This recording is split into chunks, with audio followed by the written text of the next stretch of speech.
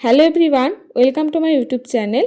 আজকে আমি তোমাদের সাথে এই ভিডিওর মাধ্যমে শেয়ার করব ক্লাস 6 অর্থাৎ ষষ্ঠ শ্রেণীর পরিবেশ ও বিজ্ঞান দ্বিতীয় পর্যায়ক্রমিক মূল্যায়ন 2026-এর জন্য কীরকম প্রশ্ন আসতে পারে।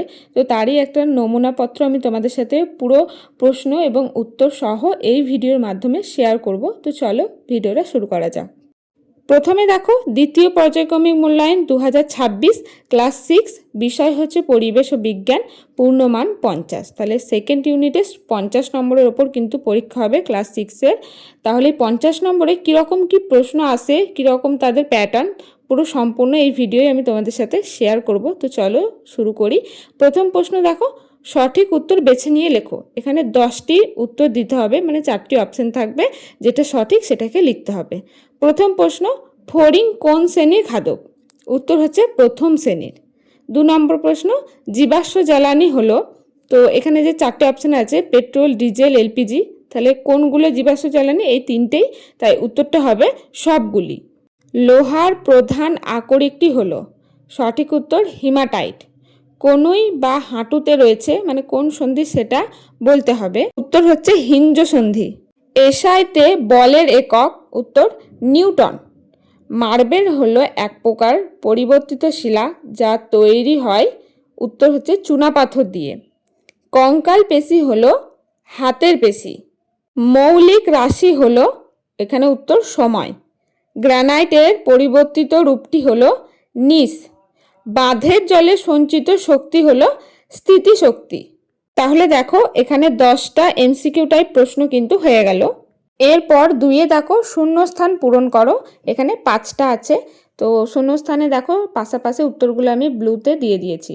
প্রথম প্রশ্ন, কাজ করার সামর্থ্যকে বলা হয় ড্যাশ, তো শূন্যস্থানে হবে শক্তি।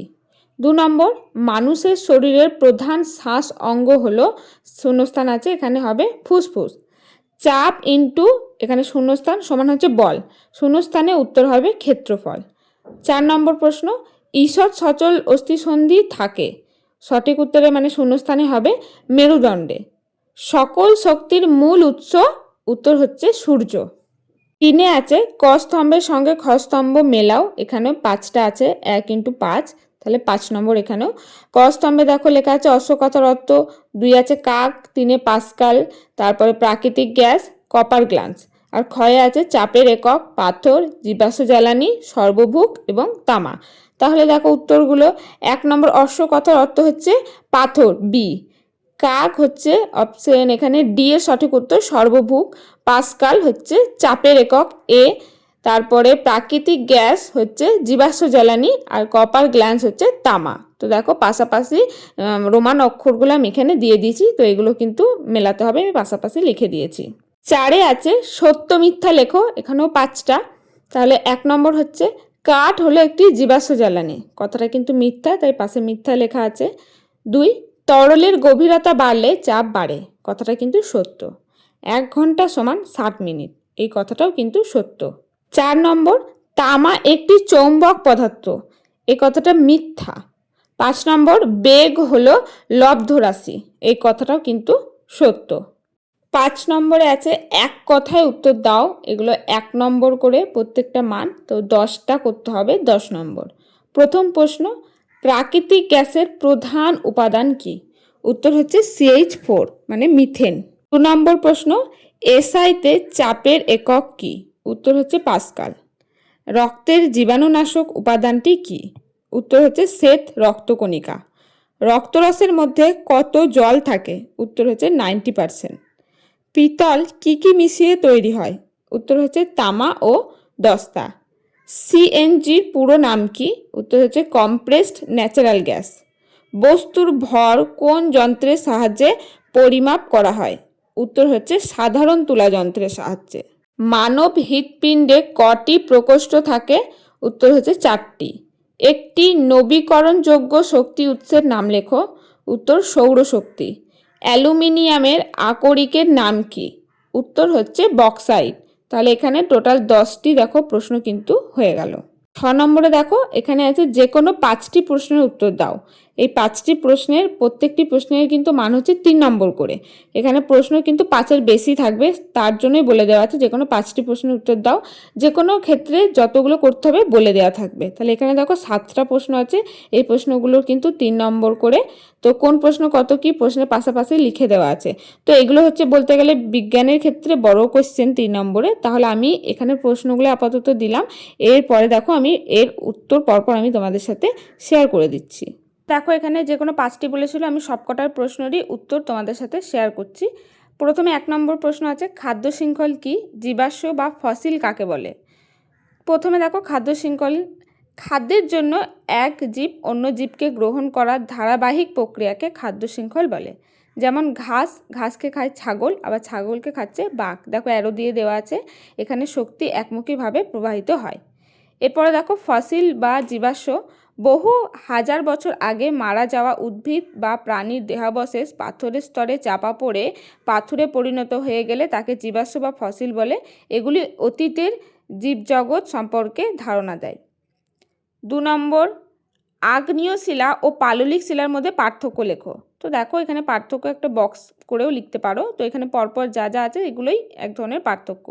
তো আগ্নেয় শিলা, ভূপৃষ্ঠের নিচে গলিত ম্যাগমা ঠান্ডা হয়ে জমাট বেঁধে যে শিলা তৈরি হয় তাকে আগ্নেয় শিলা বলে। প্রথমত কারণ এই যে কাকে বলে দিলেই হবে। তো এখানে যেমন উদাহরণ দিচ্ছে গ্রানাইট, ব্যাসল্ট, এগুলি স্তরবিহীন ও কঠিন হয়। এখানে মোটামুটি 3টে বৈশিষ্ট্যের মধ্যে দেওয়া আছে। এবার পাললিক শিলার ক্ষেত্রে দেখো, বায়ু, নদী, হিমাবায় দ্বারা বাহিত শিলাচূর্ণ দীর্ঘদিন ধরে স্তরে স্তরে সঞ্চিত ও চাপে জমাট বেঁধে যে শিলা তৈরি করে তাকে পাললিক শিলা বলে। যেমন বেলে পাথর, চুনাপাথর, এইগুলিতে জীবাশ্ম পাওয়া যায়। তো পরপর এখানেও দেখো 3টে বৈশিষ্ট্য একদম বক্স করে দিলেও পার্থক্য কিন্তু হয়ে যাবে। 3 নম্বর, লোহিত রক্তকণিকার কাজ কি, বল ও শকের সন্ধি মানুষের দেহে কোথায় দেখা যায়। লোহিত রক্তকণিকার কাজ দেখো, 1 নম্বর হচ্ছে হিমোগ্লোবিন থাকার জন্য ফুসফুস থেকে দেহের সমস্ত কোষে অক্সিজেন পরিবহন করে। 2, কোষ থেকে উৎপন্ন কার্বন ডাই অক্সাইড ফুসফুসে নিয়ে যায়। এবং বল ও সকেট সন্ধি কোথায় থাকে, প্রশ্নের উত্তর দেখো, মানুষের দেহে কাঁধের সন্ধি ও কোমরের সন্ধিতে বল ও সকেট সন্ধি দেখা যায়। এই সন্ধিতে হাত ও পা সব দিকে ঘোরানো যায়। 4 নম্বর আছে শিরা ও ধমনির একটি পার্থক্য লেখো, ফুসফুসের সমস্যার 2টি লক্ষণ লেখো। তো শিরা ও ধমনি পার্থক্য দেখো, ধমনি হৃৎপিণ্ড থেকে দেহের বিভিন্ন অংশে রক্ত নিয়ে যায়, কিন্তু শিরা দেহের বিভিন্ন অংশ থেকে হৃৎপিণ্ডে রক্ত নিয়ে আসে। এটা এদের মূল প্রধান পার্থক্য। ফুসফুসের সমস্যার 2টি লক্ষণ, 1 নম্বর হচ্ছে শ্বাসকষ্ট ও বুক ধড়ফড় করা। 2 নম্বর হচ্ছে ক্রমাগত কাশি ও কফের সঙ্গে রক্ত বের হওয়া। 5 নম্বর, মানব দেহে বিভিন্ন রক্তকণিকার কাজ উল্লেখ করো। তো মানব দেহে 3 প্রকার রক্তকণিকা আছে, লোহিত রক্তকণিকা, শ্বেত রক্তকণিকা, অনুচক্রিকা। তো দেখো লোহিত রক্তকণিকা হিমোগ্লোবিনের মাধ্যমে অক্সিজেন ও কার্বন ডাই অক্সাইড পরিবহন করে। শ্বেত রক্তকণিকা রোগ জীবাণু ধ্বংস করে দেহকে রোগের হাত থেকে রক্ষা করে, একে দেহের সৈন্য বলে। আর অনুচক্রিকা রক্ত জমাট বাঁধতে সাহায্য করে, ফলে কেটে গেলে রক্তপাত বন্ধ হয়। 6 নম্বর প্রশ্ন, কয়লার গুরুত্বপূর্ণ ব্যবহারগুলি লেখো। তো এই 3 নম্বর আছে, 3টে ব্যবহার লিখলেই হবে। প্রথম দেখো, তাপবিদ্যুৎ কেন্দ্রে বিদ্যুৎ উৎপাদনে জ্বালানি হিসেবে কয়লা ব্যবহার করা হয়। 2 নম্বর, লোহা ও ইস্পাত শিল্পে চুল্লিতে তাপ উৎপাদনের জন্য কয়লা কোক হিসেবে ব্যবহার করা হয়। রেল ইঞ্জিন, জাহাজ ও বিভিন্ন কারখানায় বয়লারের জ্বালানি হিসেবে কয়লা ব্যবহার হয়। 7 নম্বর প্রশ্ন, এলপিজির পুরো নাম কি, লোহার আকরিকগুলির নাম লেখো। এলপিজির পুরো নাম লিকুইফাইড পেট্রোলিয়াম গ্যাস, বাংলায় তরলীকৃত পেট্রোলিয়াম গ্যাস। রান্নার কাজে গৃহস্থলিতে এটি ব্যবহৃত হয়। লোহার আকরিকের নাম হচ্ছে ম্যাগনেটাইট, 2 নম্বর হেমাটাইট, লিমোনাইট আর সিডেরাইট। তো দেখো এখানে যে কোনো 5টি, 7টি কিন্তু তোমাদের সাথে উত্তর শেয়ার করে দিলাম, বড় কোয়েশ্চেন। এগুলো অবশ্যই তোমরা ভালো করে কিন্তু মুখস্থ করে নেবে পরীক্ষার জন্য।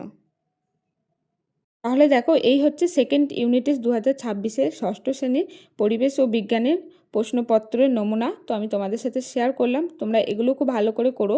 আর এরকম ধরনের সেট যদি তোমরা চাও আমাকে অবশ্যই কমেন্ট সেকশানে জানিও, আমি তাহলে তোমাদের জন্য এরকম আরও সেট 3, 4 করে আরও অনেকগুলো সেট তৈরি করে তোমাদের সাথে পোস্ট করে দেবো। তাহলে তোমাদের পরীক্ষার আগে সেগুলো প্র্যাকটিস করলে খুব সুবিধা হবে এবং তোমরা পরীক্ষা সেগুলো কমন পেতে পারো।